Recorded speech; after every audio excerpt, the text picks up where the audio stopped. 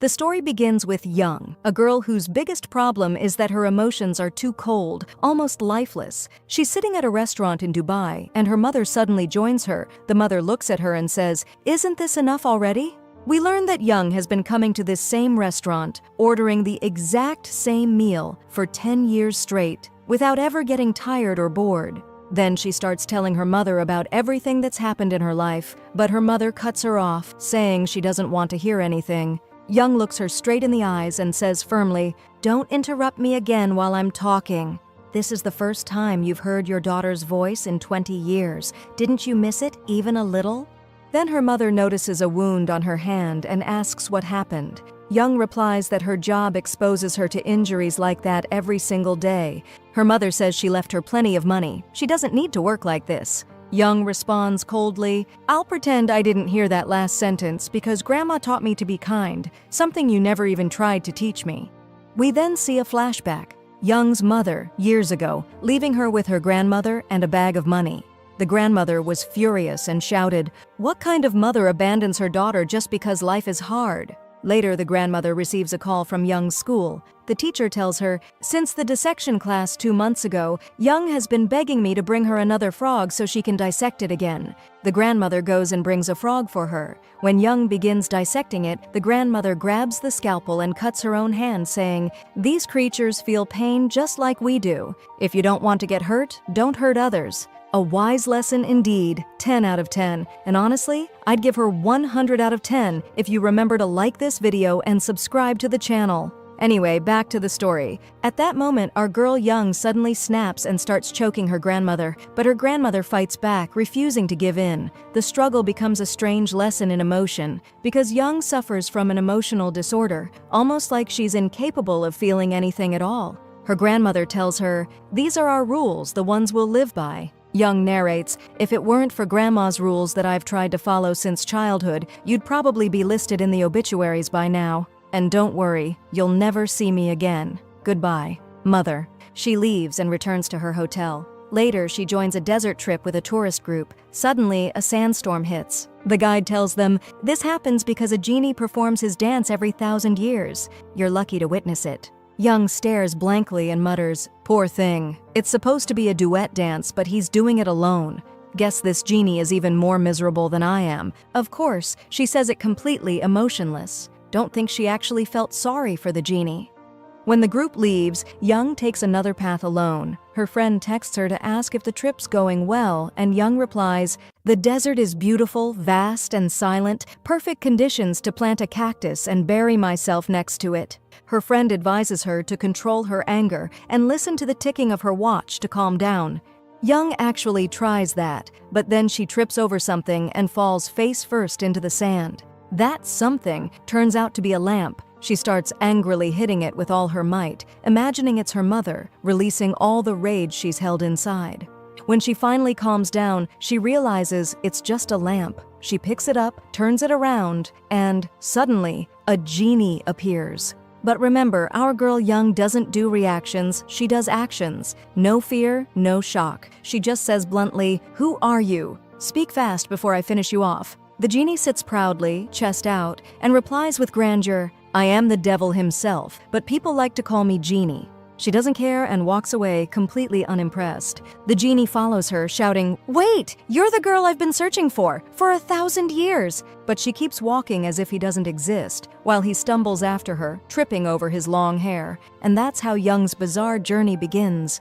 As soon as she entered the room, she found him there, his long hair scattered everywhere, literally covering the entire place. He looked at her and said dramatically, 1,000 years, huh?" She replied dryly, "So your hair managed to keep growing all these 1,000 years, but your beard didn't notice? That doesn't make any sense." He frowned and muttered, "What's this embarrassment? Anyway, let's not get into details." Then he started telling her his story. He said he'd been cursed because of her 1,000 years ago. From that day, he'd been trapped inside the lamp. Every time someone found the lamp, they got 3 wishes, and he would grant them. Through the centuries, his assistant, Uncle Syed, was the one who kept him updated on the world outside. The changes, the wars, the inventions, everything. Uncle Syed even had the ability to transform into a Black Panther. One day, Uncle Syed told him, humans now believe in something called reincarnation, that souls can come back in another life.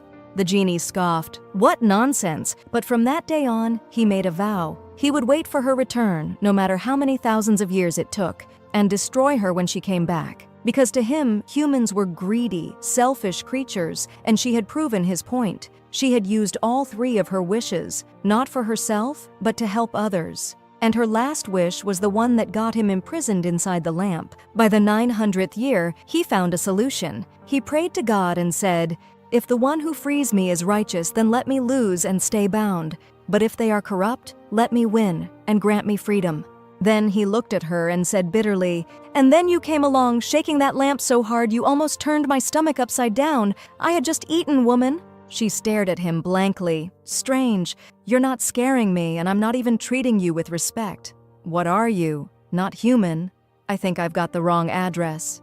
He smirked. "Doesn't matter. Corrupting humans is my favorite hobby anyway," she replied, cold as ever. "So what do you want from me?" He said, "Make 3 wishes. But you can't wish for bringing back the dead, time travel to the future, or a Nescafe 3-in-1. Anything else will be granted instantly." But Young completely ignored him. He followed her everywhere, into shops, cafes, even a jewelry store. He kept teasing her, and she snapped back at him. People around thought she was talking to herself. He suddenly laughed and said, "Oh right, forgot to mention, you're the only one who can see me." She glared at him. "Great! Now everyone thinks I'm insane because of you."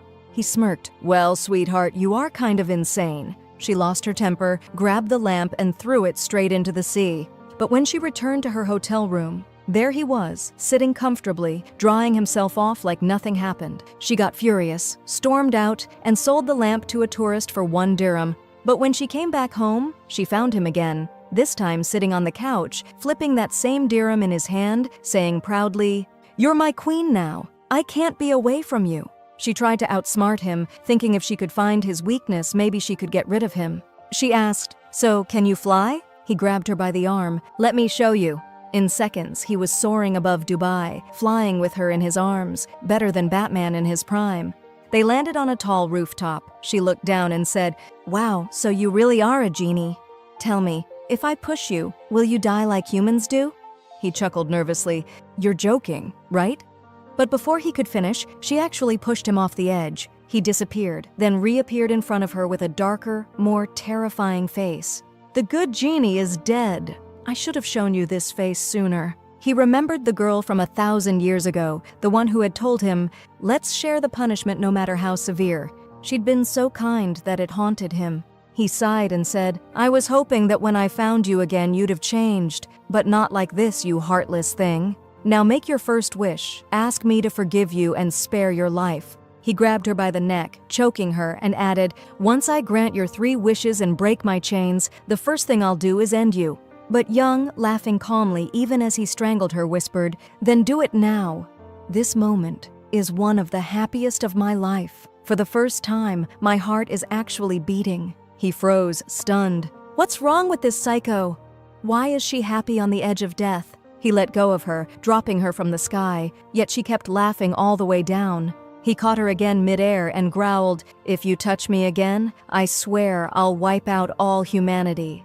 I didn't know humans evolved this far. Your corruption is now self-sustaining. You don't even need the devil to tempt you anymore." He vanished before her eyes, leaving her falling, alone. Later, she somehow returned to her room, packed her bags, and left the lamp behind in the Dubai hotel. She boarded a plane, but when she came out of the airplane bathroom, there he was again, sitting in her seat eating snacks. She snapped, "That hair you're so proud of? I'll make you cut it off before we reach the village. Do you know how much money I've spent on hair care formulas and marrow oil? You think I'm walking into my hometown with a guy whose hair is longer than mine?" When they arrived, she introduced him to her grandmother and friends. They teased her, "Oh wow, you got married." She laughed nervously. No, he was just my roommate. I brought him as a souvenir, that's all." The genie stood awkwardly, smiling like a gentleman. When they asked his name, he said something weird and ancient-sounding. Young dragged him into the garage and started scolding him again. Her grandmother walked in, saw her holding an axe, and said, "Who are you planning to kill now? Have you forgotten our rules?" The genie disappeared again, leaving Young talking to herself. Furious, she tried to calm down, so her grandmother made her listen to the ticking of a clock, just like she used to do when Young was a child. We flash back to her childhood, her grandmother telling her, "Your mother, father, and siblings aren't coming back. They're gone, all of them." Young asked, "Gone how?" "I didn't hurt any of them, except the parrot. But that doesn't count, right?" When she realized it was true, she cried and stomped in anger. Her grandmother made her count 60 seconds with the ticking clock to control her rage. She also made her put stones in her shoes to teach her how discomfort feels, so she'd learn it's a bad feeling and never make others feel the same. But Young complained, "Grandma, you talk too much. I don't know how to get rid of you."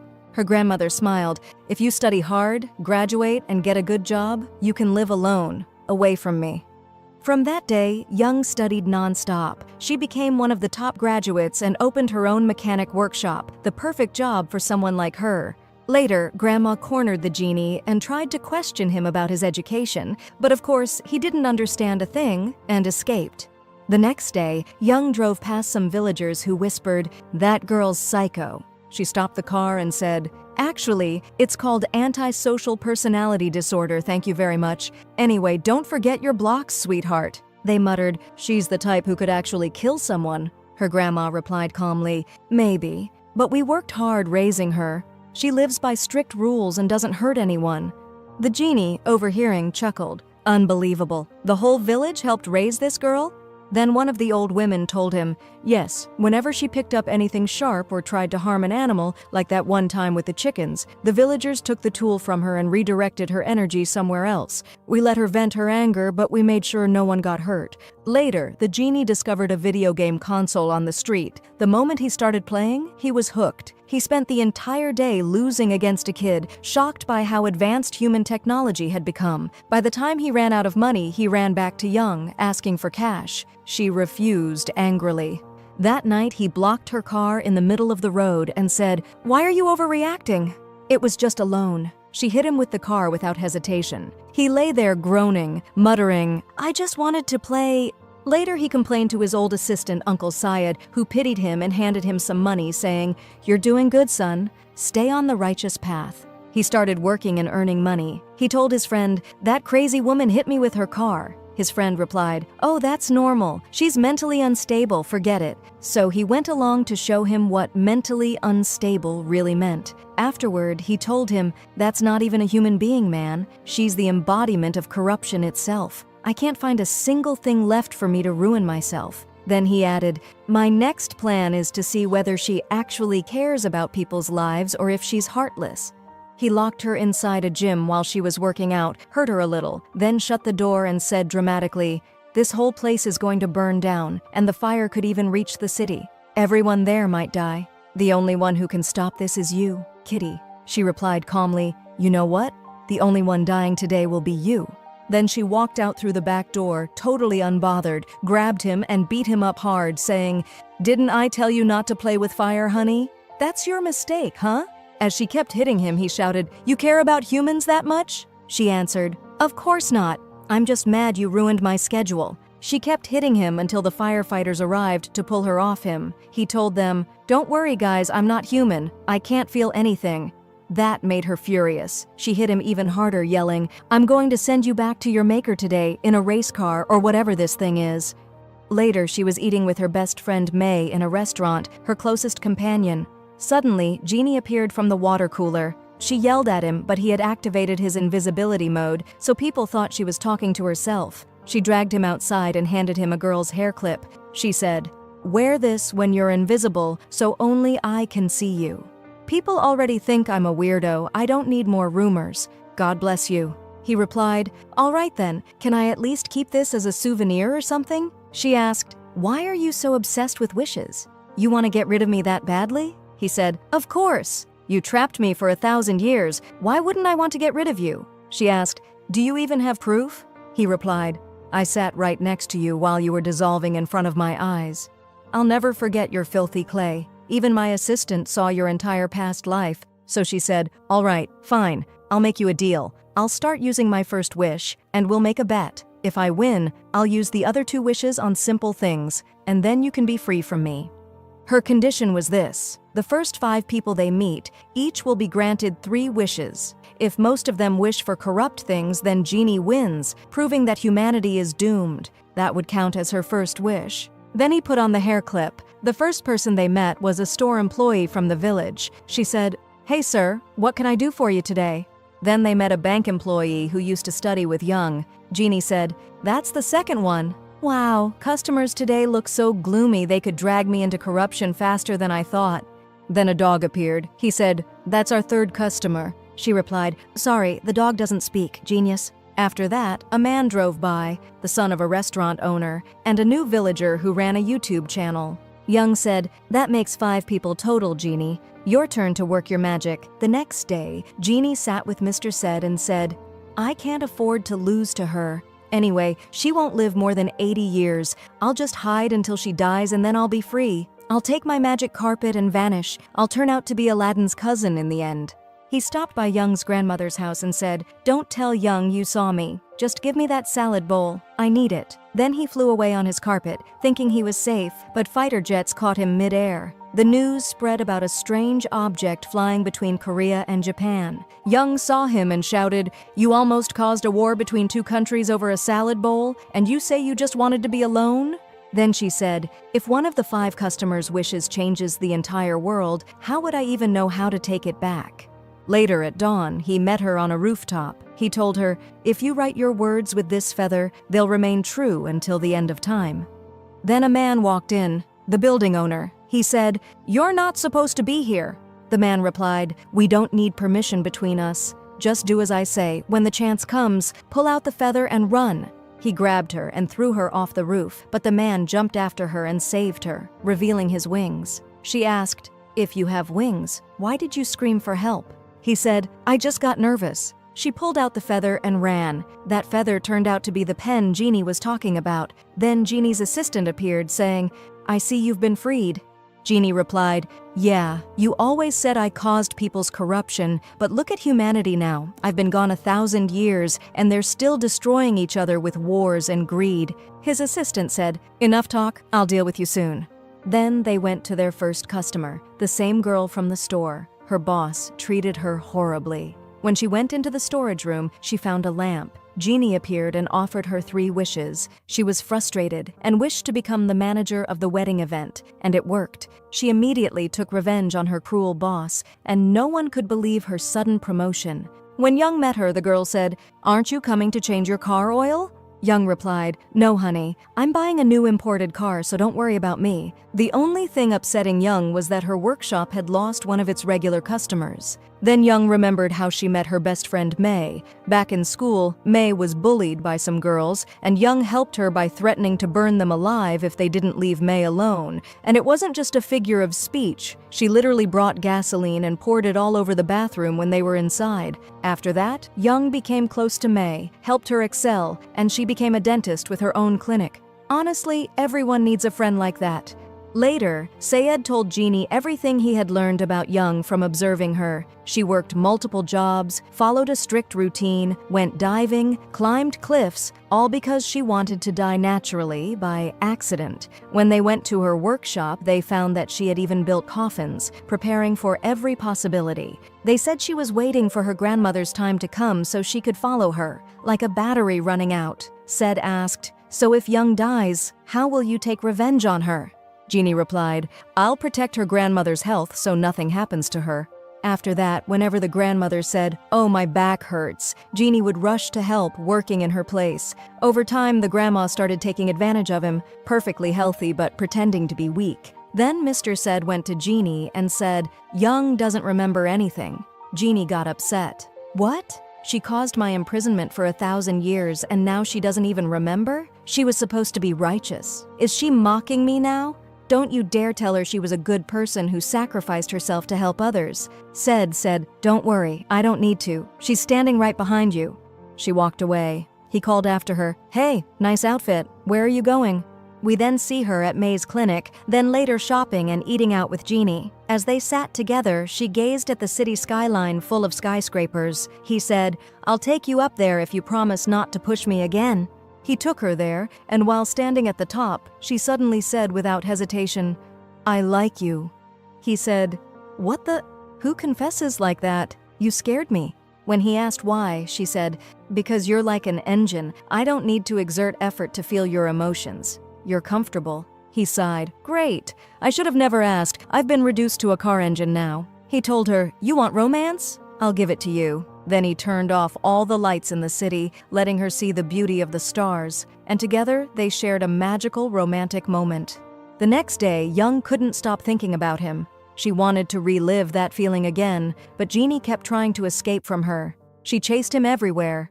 Later, they met another customer, the bank employee. She was opening Young's account and saw the unbelievable amount of money inside. Furious and jealous, she could barely stand her.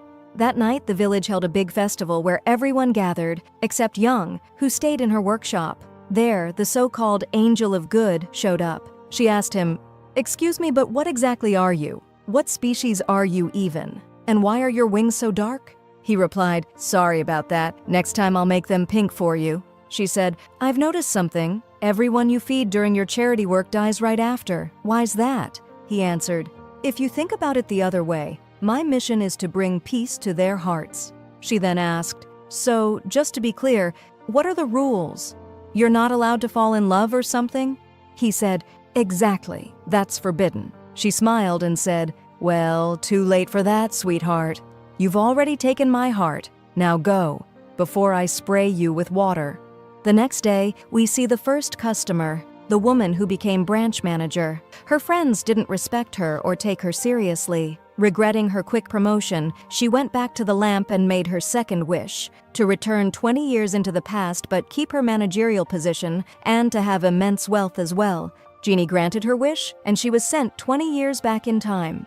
Meanwhile, in the present, Young was in her office when an old colleague greeted her, saying he had just moved with his wife and son into the house next door. At that same time in the past, Genie met the younger version of Young, just a child. He said, "Well, since we're in the past now, let's at least say hi." But little Young threw a rock straight at his head. In the present, she felt a sudden ache in her memories. Her co-worker beside her said, "No use, you're still as weird as ever." Later that night, Genie was once again hiding from Young, who was searching for him angrily. When she found him, she started yelling about how he always disappeared without warning. During their argument, the dog, one of their supposed customers, came over barking. She said, "All dogs bark when they see me because they're scared I'll adopt them. They can sense human emotions. They know I have none. Don't worry, buddy. I'm not adopting you." Then she walked away.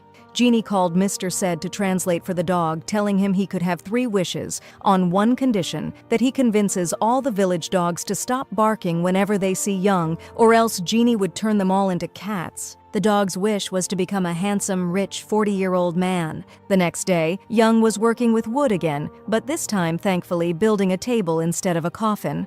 Her grandmother called her, reading out notes from her diary. When they hung up, Young went to Genie angrily and said, "Here, take your broken magic. My grandma was able to read what I wrote with that feather, even though you said no one could see it. Now we need to hide both the notebook and the feather." Genie said the lamp was the safest place, so he took her inside it. He told her, "See? This is how long I've lived here, alone." She then made him bring in furniture and decorate the place, turning the lamp into something like a cozy married couple's home. While cleaning, a vacuum cleaner suddenly started moving by itself and got sucked into a glowing gate inside the lamp. He explained, "That's a portal. But if you go through it, it'll take another 1,000 years before you come back." She told him, "You have to defeat that angel. I don't trust him. But honestly, I could just end you myself and save humanity the trouble." They started chasing each other around playfully, laughing and shouting. From outside the lamp, her grandmother could hear strange noises as all the furniture they had arranged inside fell apart. They almost kissed, but then the neighbor called out to the grandmother. A moment later, Young found her grandmother crying. She asked the neighbor, "Why is Grandma crying?" The neighbor replied, "Because Farag, the sculptor who taught you carving, passed away." Young said, "Okay, but why is she crying about that?" At the funeral, Young overheard her grandmother talking about how worried she was for her, that she feared something bad might happen to her suddenly. Later, Young met Genie outside and told him, "My grandma also wrote in her diary about symptoms of aging. She understands too much now, and she's scared." so I'm going to use my second wish. I want my grandmother to become young again around my age." Genie replied, "Please think about it carefully. Don't rush into your second wish." She said, "No, I can't lose her to sudden death. But I'll make the wish after 3 days, not now." Then she went to her grandmother and said, "Tell your friends you're going on a trip. Go have fun, live your life." Meanwhile, the former store manager, their first customer, was calling her daughter, who wasn't answering. She went to her apartment in the city and found that her daughter had completely wrecked the place and wasn't even home. When her daughter finally called, she yelled at her, saying she'd even dropped out of college. The mother broke down crying, realizing that when she used to be a simple worker, her relationship with her daughter had been so much better. Now her daughter's future was ruined. Then Genie appeared and said to her, "You still have one last chance. You can use your third wish to return everything to how it was before." Then Ayad stood her ground and said to him, "No, not to that extent. I'm not wasting my third wish for nothing." After that, Young called him and made him fulfill her second wish. She went to her grandmother and was stunned to find her in the prime of her youth. Young gasped, "Grandma, you were this beautiful when you were young?" Her grandmother looked in the mirror, couldn't believe what she saw, and fainted once, twice, 8, 9, maybe 10 times. Young just stood there, waiting patiently for her to wake up. Meanwhile, the angel's assistant went to report to her superior about what was happening in the village, saying that Young's second wish was noble and selfless too. When she went to the lamp, Jin scolded, "Hey, can't you knock first?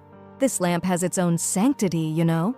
As usual, the two began teasing and arguing with each other like always, trying to prove who was right in the end. Young, however, was busy dealing with her rejuvenated grandmother, who was now living her late teenage years. The old lady roamed all over the village, shopping like crazy and buying anything that caught her eye, while poor Young was at her wit's end, muttering, "Well, I brought this on myself." She sat her grandmother down for a serious talk, setting a few ground rules on how to behave with her new youth. That night, one of the villagers, one of the people Jin was supposed to grant wishes to, was driving when he accidentally hit a gazelle. Just as he was about to finish it off, Jin appeared before him and told him he could make 3 wishes. The man mocked him, saying, "Oh, I see. You regret hitting that gazelle, huh?" So Jin healed the gazelle and said, "There you go, that's your first wish done. You've got 2 left, and you can use them only when you truly need them. The lamp will appear before you then."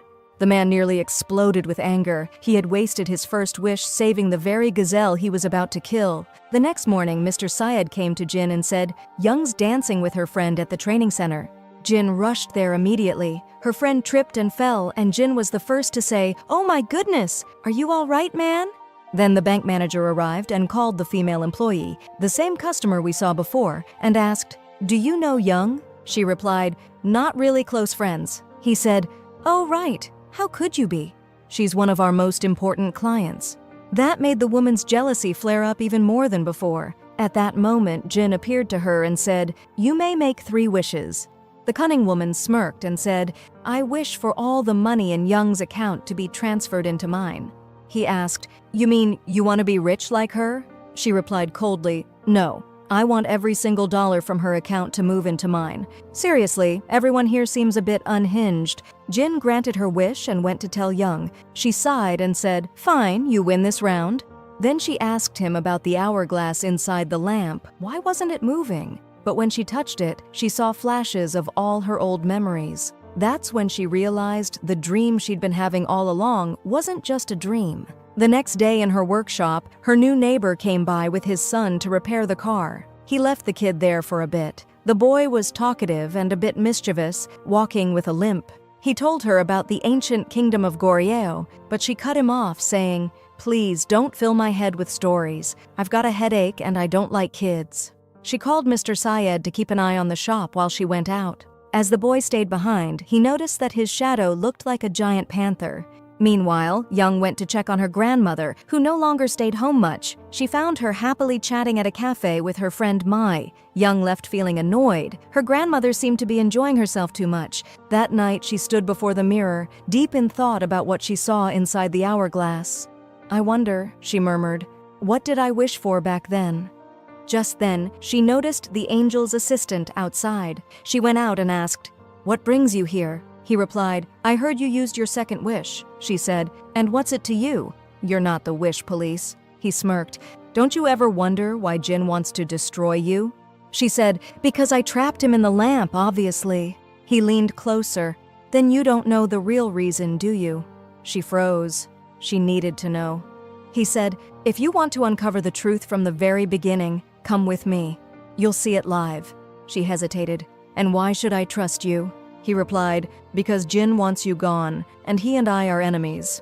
So, the enemy of my enemy is my friend." She scoffed. "Oh, really? Are you done?" Then she picked up a small puppy, smacked him playfully, and said, "Now disappear from my sight before your black hair turns gray," hitting him on the head for real. Her strike somehow reached his assistant, who was chatting with Mr. Syed. He flinched, clutching his head.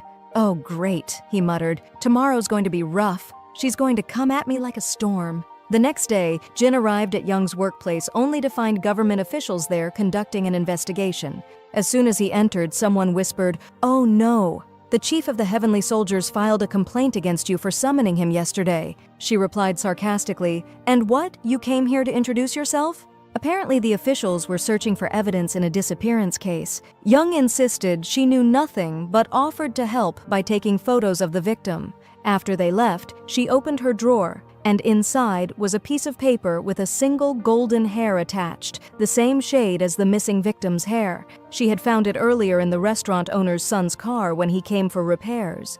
Meanwhile, her now youthful grandmother dressed up glamorously and went out again with Mai. A villager saw her and grew suspicious. Word spread among the women that something strange was going on. They believed the mysterious young woman who suddenly appeared in the village was connected to the grandmother's disappearance. They gathered and went to Young's house, accusing her of harming her grandmother and pretending she had traveled away. Then, suddenly, one woman's phone rang. It was Grandma. She spoke cheerfully, saying, "I'm traveling, girls, and I'll be back in a few months. The weather here is lovely." Of course, it wasn't really Grandma. It was Jin who had taken her form to save Young. Still, Young was furious because of all the gossip the villagers spread about her. Her grandmother, the real one, later told her, "I'll disappear for a while, dear, so I won't be a burden to you anymore." After she left, Young confronted Jin. "This is all my fault," she said bitterly, "for ever making a wish from a failed genie like you."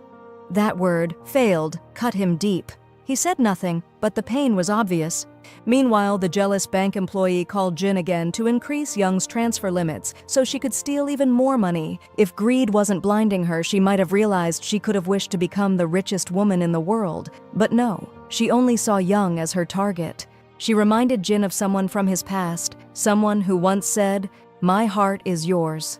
Anyway, that was her second wish. Later, Young came to the bank and deposited millions into her account. Jin, on the other hand, was playing video games on the street when he met the same little boy again, the one with the bruises on his hands. When Jin asked, the boy said, "Don't worry about it.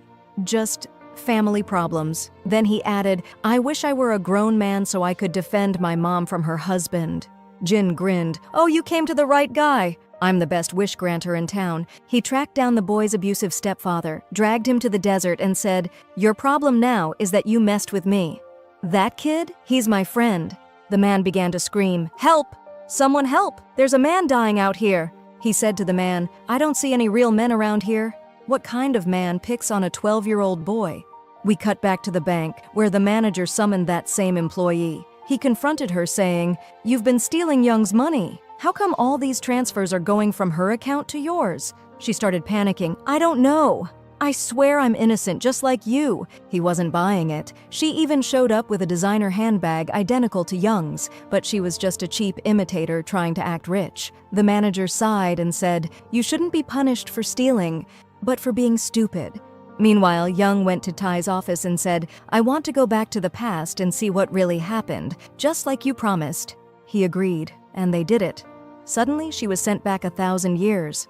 At that time, there was a caravan traveling through the desert with 2 children among them. Out of nowhere, a pack of wild dogs attacked. The caravan men decided to throw the limping boy to the dogs as bait, and that boy was Young's brother. She screamed and cried helplessly until Jin appeared before her. He said, "This is the moment of wishes. What's your first wish?" Her first wish was to save the boy and give him a long life. Her second wish was to save all the children, to make sure no man would ever again use kids as bait for wild animals. At that moment, Tai appeared and said, "I understand your intentions, but because of your wishes, many people lost their lives." She broke down, crying. "I didn't mean for that to happen." When Jin arrived, she took his hand and said, "We both made mistakes, and now we must accept our punishment for life." That was her final wish. And that was how Jin was sealed inside the lamp.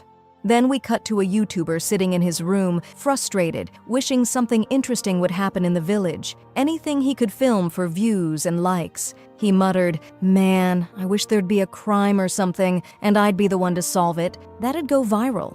At that very moment, Jin, who happened to be online, granted his wish. The YouTuber suddenly found himself at the site of a buried crime scene, and he was live streaming. As he dug into the ground, he uncovered a decomposed corpse. The next day, the police came to investigate, and of course, all fingers in the village pointed at Young.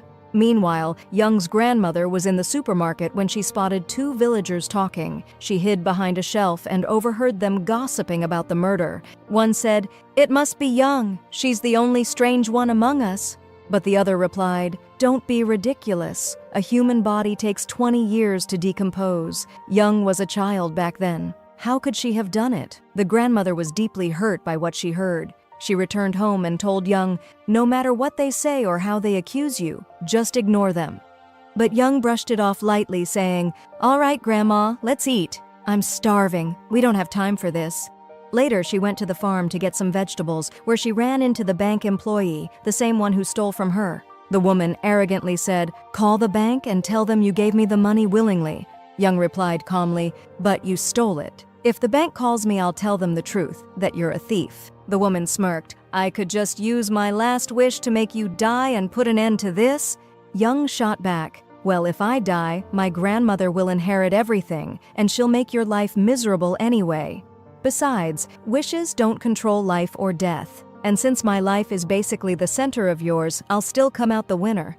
Then she smiled coldly, "Enjoy your loss." That night, Young and Jin were enjoying their favorite hobby, sitting together at the highest point in the village. They talked for hours under the stars. Jin tried to soften her heart, speaking gently, hoping she'd fall for him.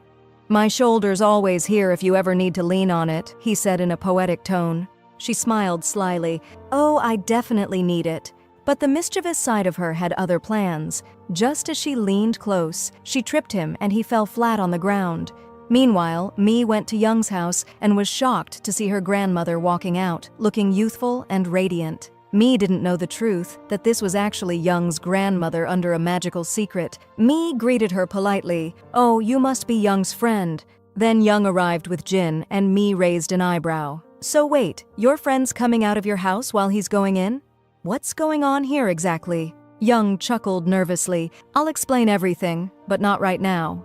Then the psycho man, the restaurant owner's son, met Jin again and forced another wish. His second wish was to go back 20 years in time. When he did, it turned out he was the criminal in the case the police were investigating now. He wanted to find out who had witnessed his crime back then. The witness was his own mother. He returned to the present and shouted at her, "Why didn't you just tell me it was you? I've been anxious for years."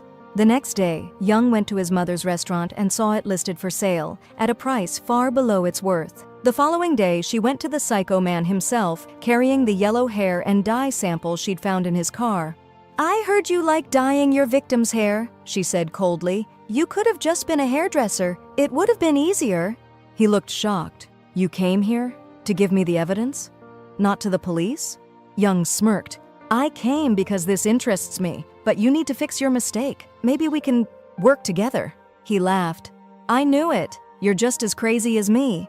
When Young returned home, Jin asked, puzzled, "Why'd you give him the evidence?" She replied, "Because if I'd handed it to the police, he would have used his third wish to escape prison. No one else knows where the victim's body is. Now he'll use that last wish to go back in time and hide the evidence. That's when you'll take my diary and give it to my past self." Jin was amazed by her cleverness. "You're brilliant," he said. "You should be the one living in the lamp instead of me."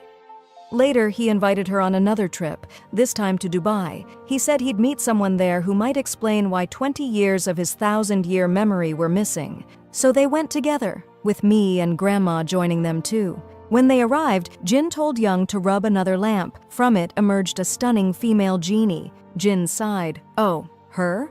The woman smirked. "Yeah, I'm his ex." Young raised an eyebrow. "Wow, so how long has it been?" Jin laughed awkwardly. A long time ago." The female genie crossed her arms. "By the way, where's the teacup set I gave you as a gift?" He scratched his head. That was ages ago." Young looked between them and teased. "So, how long have you two been separated?" Jin muttered, about a few thousand years, maybe?" Young smiled slyly, patted him on the back, and said, "I'll leave you two to catch up," before walking away. Meanwhile, me and Grandma were in a parallel world version of Dubai, shopping in grand markets, laughing, eating, and fully enjoying themselves. At the restaurant, Grandma suddenly remembered something from the past, when Young had once asked her, "Do you ever miss your daughter?" Grandma smiled softly, replying, "Of course I do. I always have." When he left the restaurant, he saw her standing across the street. The grandmother kept looking at her, her eyes filled with tears. Young got upset, frustrated that her grandmother was still this soft-hearted and kind. She tried to calm herself down by listening to the ticking of her watch. After returning from the trip, she saw the bank employee standing near her workshop, shouting and trying to provoke her, pressuring her to make her final wish first.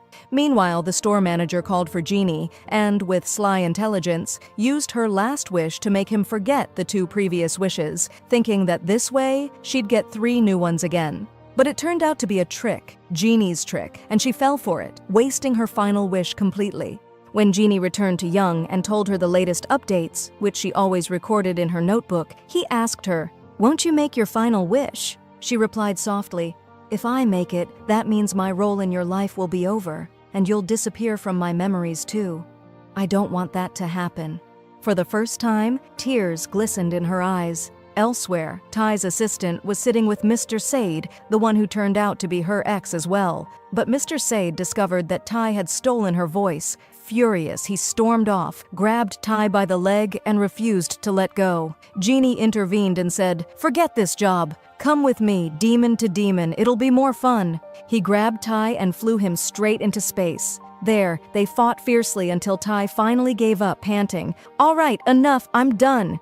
When Genie asked about the 20 missing years in his memory, Ty still refused to tell him the truth. Then we see Young standing on the hilltop she often visited. Her neighbor approached her, looking nervous, and said, "Please forgive me, but I live with some very bad people.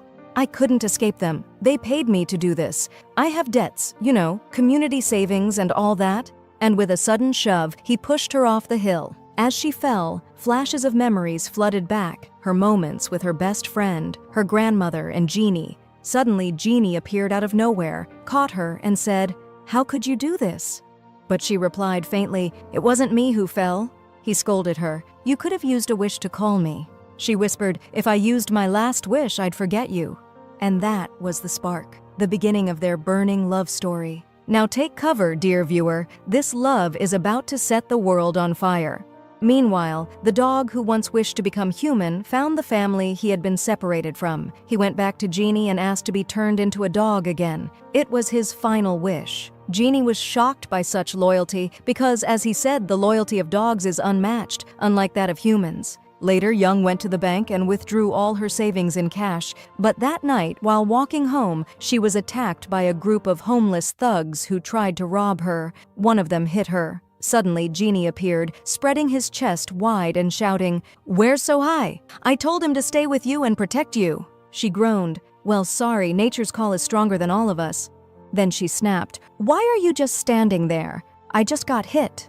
Genie's eyes flared. "That's the one thing I won't allow." He grabbed the boys and beat them to a pulp. Afterward, they walked together, and he told her that long ago he had wished for 3 things. His last wish was made during the 20 missing years he couldn't remember, but another Genie had told him that the little girl he thought had died at age 8 hadn't. She had actually lived another 20 years. That's why he was scared. He couldn't remember what exactly he had wished for. Young told him she had also felt fear when falling from the mountain, afraid she'd never see him, or her grandmother, or me, again.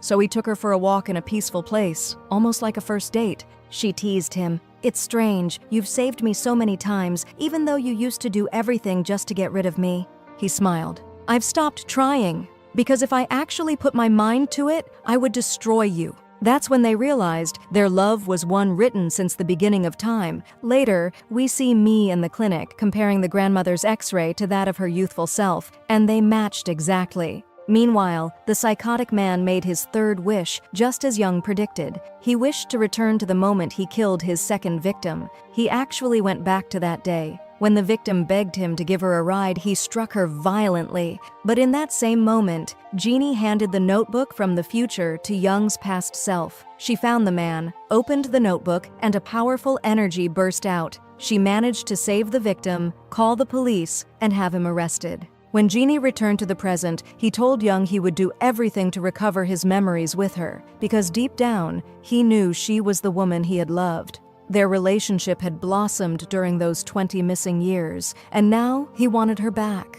Me later went to the villagers, showing them pictures of the grandmother when she was young. Everyone recognized her. It was the same woman. She connected all the events together and finally confirmed that the young woman really was the grandmother. At home, the grandmother was cooking large amounts of food for Young, labeling everything with instructions. Tai had told her that just because she became young again didn't mean her lifespan had extended. The moment the mystical tree bloomed, that would be her final day. Young went to her workshop, where Genie joined her. He smiled and said, "How about I take you on a flying carpet trip tomorrow?" She laughed. "Sorry, I'm going out with Grandma tomorrow.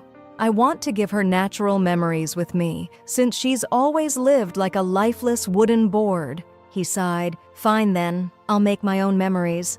He went off to play video games with the little boy he often hung out with. The boy happily told him, "My wish came true. My mom's husband disappeared, and now it's just me and her, and we're happy." Genie smiled softly. "Just don't forget our games, okay?" As they said goodbye, the boy joked, "You're such a drama hero.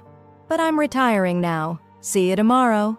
At that same time, Young and her grandmother were taking photos together. The grandmother said, "So you can remember me beautifully in your memories." Young smiled quietly, thinking, "Does she read my thoughts?" The next day, Young traveled to Dubai just to find the female Genie and ask about Genie's mood, but there were people following her. As soon as she noticed them, she started running. Suddenly, the female Genie appeared and helped her escape. When they spoke, Young realized that this was the very same Genie had once loved long ago, the one he'd written about all over the lamp's walls. When she left, she met Genie again. He took her out into the desert, where he had set up a small base for her. He had even brought her traditional Arabic clothes. She wore them, and he was mesmerized by how beautiful she looked. She began teaching him the sacred dances that every Genie must know during his cycle, correcting him every time he stepped on her feet. Meanwhile, one of the village women, who had long suspected the young lady's identity, sneaked into her house at night. She opened the fridge, tasted the food, and realized it had the exact same flavor as the grandmother's cooking. That was the proof. Shocked, she ran out and confronted the grandmother, yelling, "I knew it was you! How did you do it? Speak!" The grandmother broke down crying and said, "I'll tell you everything. Just please don't tell anyone." But the woman panicked, ran off like a mad woman, screaming that the grandmother was a witch. The rumor spread through the whole village until it reached an ancient sorcerer, one trapped in the form of a child who had lived for millions of years. That sorcerer wanted to destroy Genie. He had been watching him all along. His men, the ones chasing Young, were sent to eliminate her because she was now the queen of the lamp. If she disappeared, the lamp would belong to the sorcerer, and he would gain full control over Genie. At that time, Genie's memories had finally returned. He remembered when Young was a poor girl selling dates during the Goryeo dynasty. He had met her there and tried to remind her who he was, but she didn't remember. She just walked through the market selling dates. He kept teasing her until she snapped, "Can you please let me earn my living?" He threw her a golden jar filled with coins and said, "Here, take this. It's your living now." She was happy, but continued selling dates anyway. The next day, she went to the market to buy a camel to return home to Korea. A man approached her and said, "I've got camels. Come, see them." She told Genie, "I'll go inside. "Don't follow me." But as soon as she entered, they beat her and stole her money.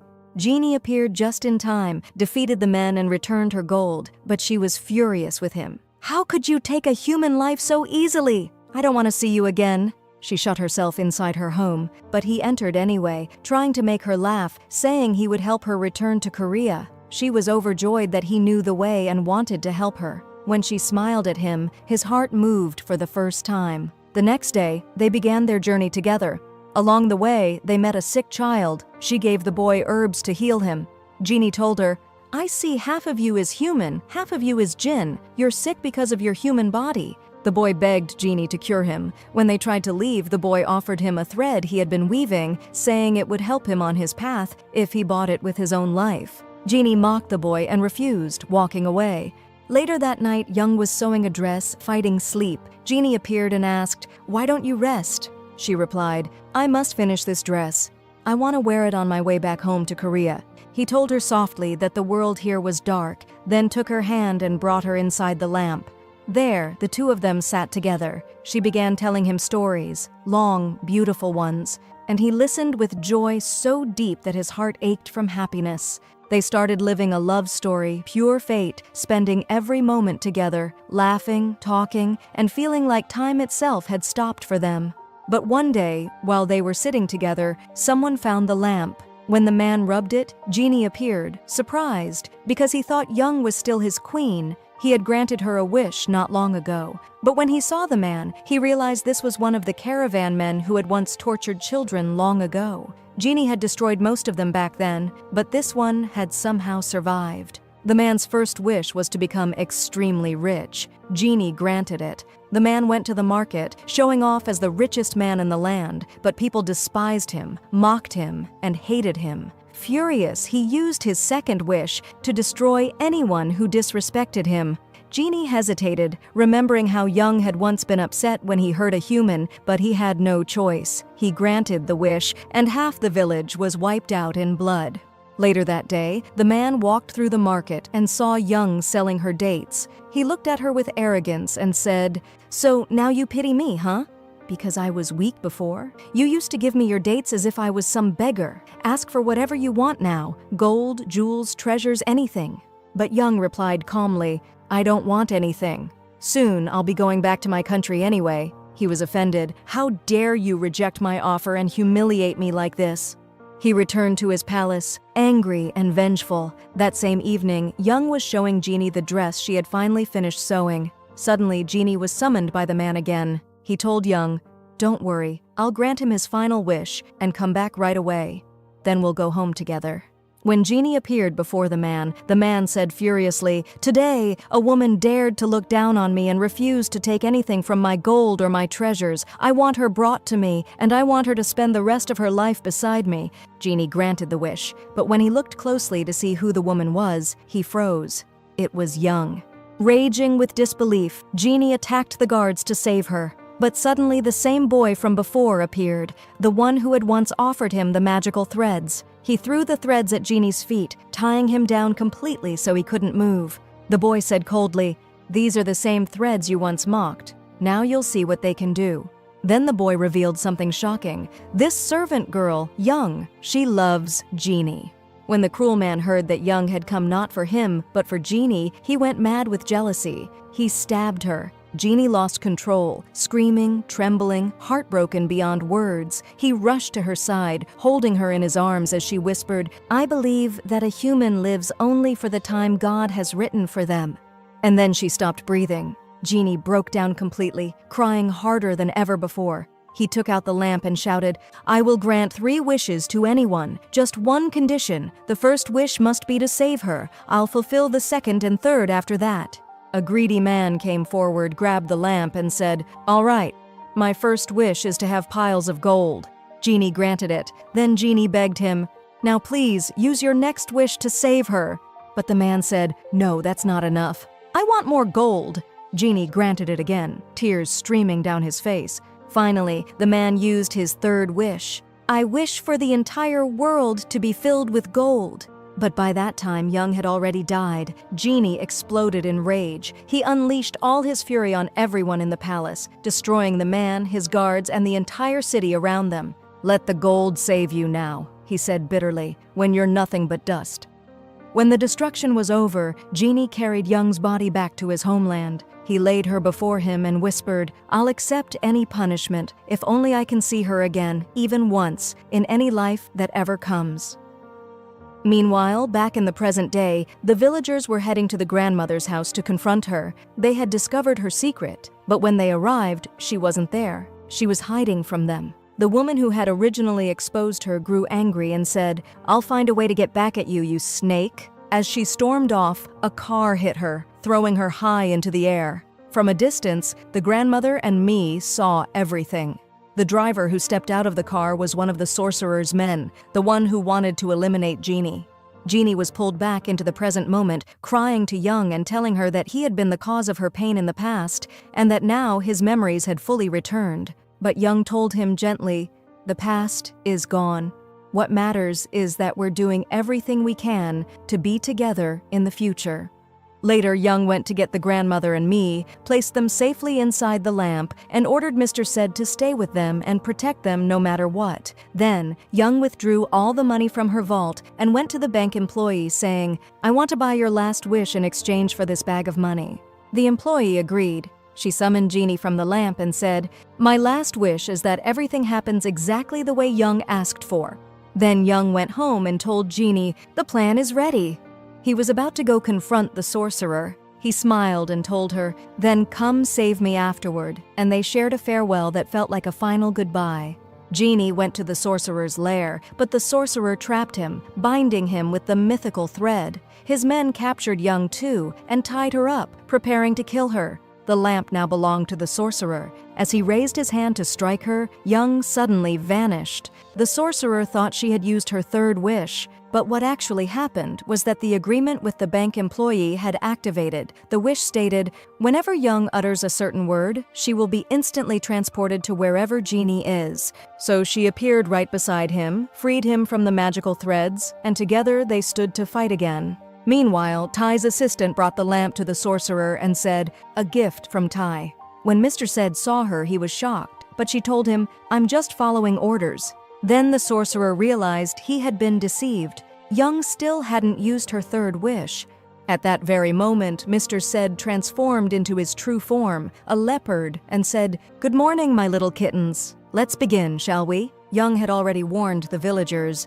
"The moment you see many sleeping birds on the streets, that's the sign. It means it's time. Come to the sorcerer's house and help us." And so, when the sign appeared, all the villagers gathered and rushed to the battle. But the sorcerer had already entered the lamp. He pulled me and the grandmother out, ordering his men to kill them both. But to kill me first, to force Young to use her third wish to save her grandmother.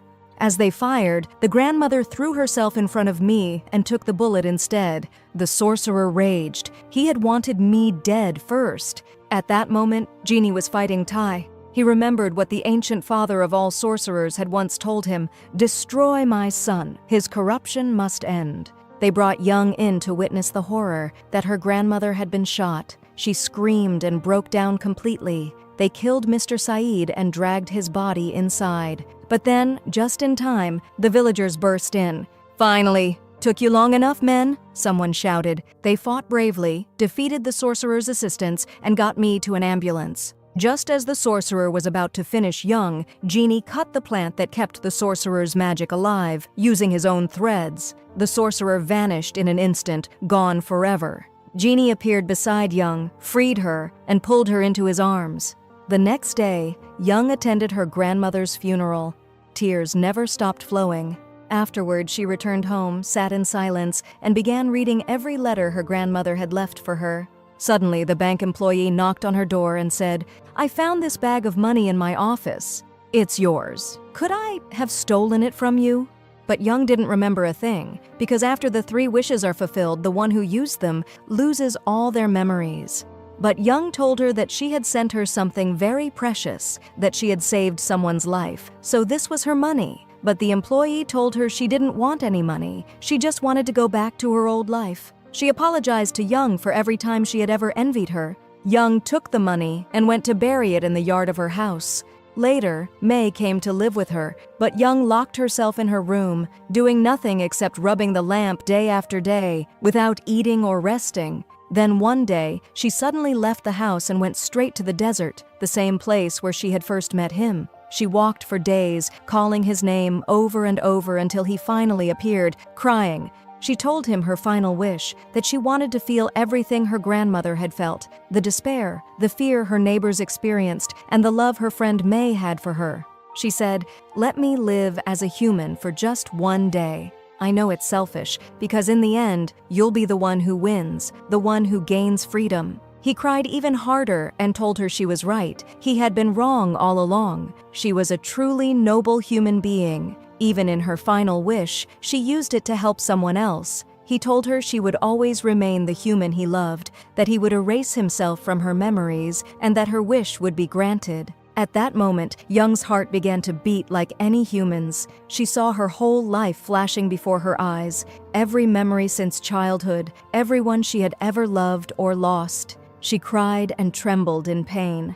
Meanwhile, Tai finished off Ginny as they had planned, but Tai's assistant went to the desert to find Young and apologized for everything she had done to her. As an apology, she gave Young all her memories with Ginny. When Young remembered everything, her heart ached even more. She kept wandering through the desert until she finally passed away. The police informed May, who attended the funeral along with the villagers. One day, while May was visiting Young's grave, Young suddenly appeared to her, but this time as a genie of the lamp. Shocking, right, Fozzie? And apparently Ginny bit her too, who knows? Anyway, Young told her, "Make 3 wishes." She sat with her, told her everything that had happened, and then said, "Enough talking, make your wish already." So May made her first wish, that they would eat together every day at 4 o'clock. Her second wish was that all the children in the village would come to her clinic so she could treat their teeth for free. She said she'd save the third wish for later. They spent time together and everyone in the village lived peacefully again. One day, Young was sitting with May and told her, "No matter what your life looks like, don't ever cry again. And when you meet the people you miss most, smile. That's my third wish for you." Young got upset, because after the third wish, May would forget her completely. For a whole year, Young lived alone, granting other people's wishes. One rainy day, she stood outside thinking about Ginny and said, "Wow, what a perfect moment for a romantic scene. Too bad I don't have the luck for it." Suddenly, Ginny appeared beside her. She couldn't believe her eyes. She asked him how he came back. He said, "Honestly, I have no idea either. Just live the moment, woman." Then we see that the old grandmother had been torturing Tai endlessly until he finally returned the lamp, and Ginny came out of it again. He went back to living freely in the human world. Ginny tried to earn money for their living, but Young didn't like it. So she dug up the bag of money she had buried in her garden. Ginny told her that Uncle Syed had also come back to life and was literally an identical copy of himself. They were living fine without the lamp. The first thing Uncle Syed did was sit on Tai's lap to make him bring back his assistant. Meanwhile, Young and Ginny were constantly fighting. Then Uncle Syed brought out the teacups, the same ones belonging to Ginny's ex-Genie girlfriend that Ginny had once given him as a gift, which stirred up old memories and made the chaos worse. Young chased Ginny around, yelling, "I'm the real one today!" Then we see May as an old woman, her hair white, still visiting the place where all these magical stories began, the same place where the Dance of the Spirits was always performed. But this time, she wasn't dancing alone. She was dancing with her lifelong partner. Young complained, "Come on, we're entering a new century and we're still doing the same dance? You're still stepping on my feet. I swear, I'm done training you." Looks like they'll keep dancing together through every century, till the end of the world, hopefully in peace. But as for me, even if they offer me 1,000,000 sequels, I'm never doing this again. Here is the end of our drama. Subscribe for more videos like this one, tap the bell icon to get the updates. Thanks for watching.